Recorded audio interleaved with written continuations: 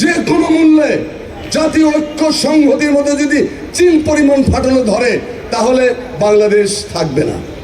নেতা বলেছেন যে এই সরকার ব্যর্থ হওয়া যাবে না, এই সরকারকে ব্যর্থ করা যাবে না। এই সরকারের ভুলভ্রান্তি হচ্ছে, কিন্তু সেগুলো আমরা সংশোধন করে দেব। কিন্তু সরকারকে তো শুনতে হবে আমাদের কথা।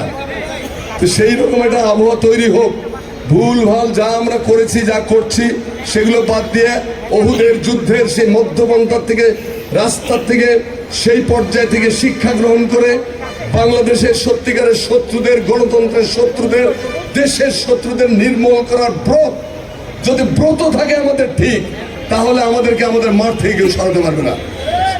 তারেক রহমানের নেতৃত্বে, জননেতা তারেক রহমান, তার নেতৃত্বে বাংলাদেশে যে ঐক্যের ঢেউ উঠেছে, সেই ঐক্যকে সর্বসম্মতভাবে জাতীয়তাবাদী এবং ইসলামী শক্তি যে কোনো মূল্যের বিনিময়ে ঐক্যে ফাটল ধরাতে চেষ্টা যারা করবেন তারা ভুল করবেন, তারা ভুল করবেন।